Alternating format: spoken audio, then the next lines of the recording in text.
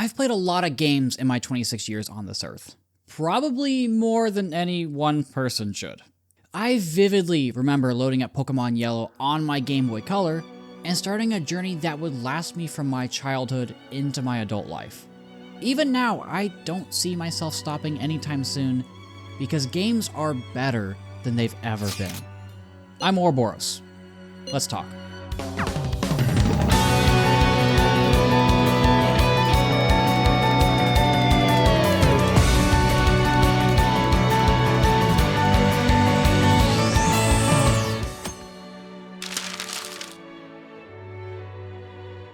I know that graphics aren't everything. If you take a look at my channel, it should be pretty obvious that the lesser hardware of the Switch doesn't bother me. In spite of that, games look so good now. In 25 years, we've gone from this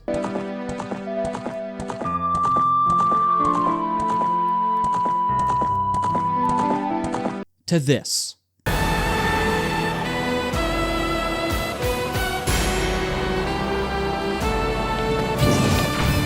That's staggering progress. I know this isn't just limited to games. Tech has made astonishing progress. Man stepped on the moon only 66 years after their first flight. And the computer that landed the Apollo mission, which took up an entire room, I may add, is significantly more obsolete than what's in our pockets. I know it's a bit of a side tangent, but it illustrates just how far we've come. It does seem like we're kind of at the peak of traditional gaming graphics. The difference between console generations is relatively minimal now, and putting models on top of motion capture performances is creating more and more realistic animations. Studios have been using this crazy hardware to create some of the most amazing worlds for us to play in. I know I've gushed about the world of Xenoblade games before, but come on, you're really telling me that this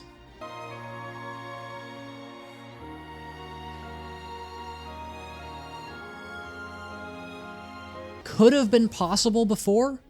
And again, this is all on underpowered hardware.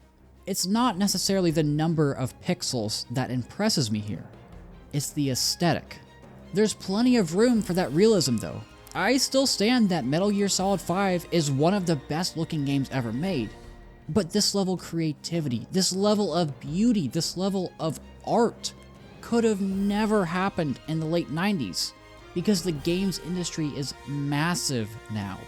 You've got massive studios left and right developing enormous experiences for us all to enjoy. In some cases like Tears of the Kingdom, they will take literally 5 years to develop a game. That's an insane development cycle. You've got hundreds, sometimes upwards of 1,000 people working on a product.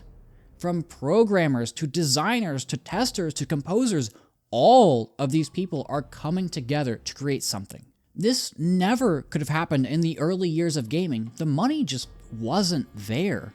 Games were viewed as a toy rather than a legitimate media product. And although that stigma is still there a little bit, people generally respect games more now. We're getting film actors like Kiefer Sutherland and Keanu Reeves to work on games. We're getting composers like Hans Zimmer and even Paul McCartney to compose for games. Hell, even George R.R. Martin helped write Elden Ring. The industry is so massive that it generated more than $180 billion in 2022, which is more than movies and music combined. People from all walks of life are coming together to create games, so that people from all walks of life can enjoy them. We're fortunate to live when we can play games online. While the only online game I've ever really delved into is Destiny, I still frequently play with friends online. I love playing Smash, and even though I'm no longer interested in becoming competitive, it serves a different function: to connect with people. Sure, I text my friends every now and then and send them stupid memes, but I really remember the times we play together more than anything. I always have so much fun just chatting and goofing off. I can throw away my mask of social acceptability and say stupid things. We even have a running list of stupid things that we say. I often wonder how many of my friends I would still talk to if I didn't have this option. I'm sure there'd be people here and there, but I can't remember the last time I just had a conversation with someone over the phone. But I can tell you for certain that I'll smash my friend this week. Wait. I know that everyone is interconnected now. It's not like some game exclusive thing. But because of the natural interactivity of games, it feels more personal. And it helps guide the conversation, you know? It's easier to talk about things that you can control, whether it's nailing that headshot or landing that meaty spike and smash. It helps that we really have an unbelievable amount of games to choose from. The rise of digital libraries has made it possible to have any game, any genre at your disposal.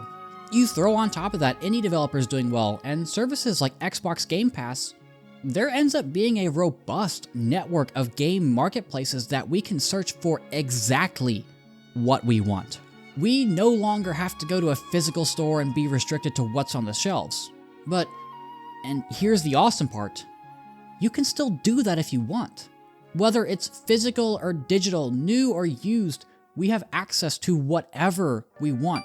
When I was younger, there were times when I felt like I'd played everything I could, that there was nothing on the shelves that interested me anymore. Now it feels like I almost have too many things to play. I've got a list of games to play on my Google Drive for this channel, and it just keeps growing. I literally cannot keep up with the release of games. I mean, just go and look at the reviews that I've released. Only 2 of them were from new releases. I've got so many games in my backlog, so many games that I want to talk about, that I'm forced to put some of these on the back burner. I guess the good thing about this is that I can wait and buy new releases and get them on sale. Again, because we have so much access to a variety of retailers. I know that people like to be all doom and gloom, especially on the internet, and doubly so on YouTube because it gets views. But I can't help but feel a sense of confidence about where we are, about where we can go. I feel like we're at an awesome point right now. There haven't been too many technological leaps over the past console generation, so it seems like we've finally settled into things. At this point, it's mostly about refining and optimizing games to run at a more consistent resolution and frame rate. But at the same time, you've got new and exciting tech like ray tracing and VR that could be those next steps forward. The good thing is that we've got so many people in the industry who are way more knowledgeable than me, finding interesting and creative ways to integrate those into our games. Our games is a good way to phrase it too. Not my games, not your games, not their games. Our games. Because we're all so interconnected now, both in terms of the social aspect, but also the accessibility of games. You can find them everywhere in person and online. And companies like Xbox are trying to make games even more accessible with their accessibility controller. It's things like that that make me smile. It's things like helping random people in Monster Hunter that make me smile. It's things like Markiplier finding his dad's name in Doom Eternal that make me smile. They make me realize that, yeah, we're gonna be okay, because games are better than they've ever been. Thanks for watching.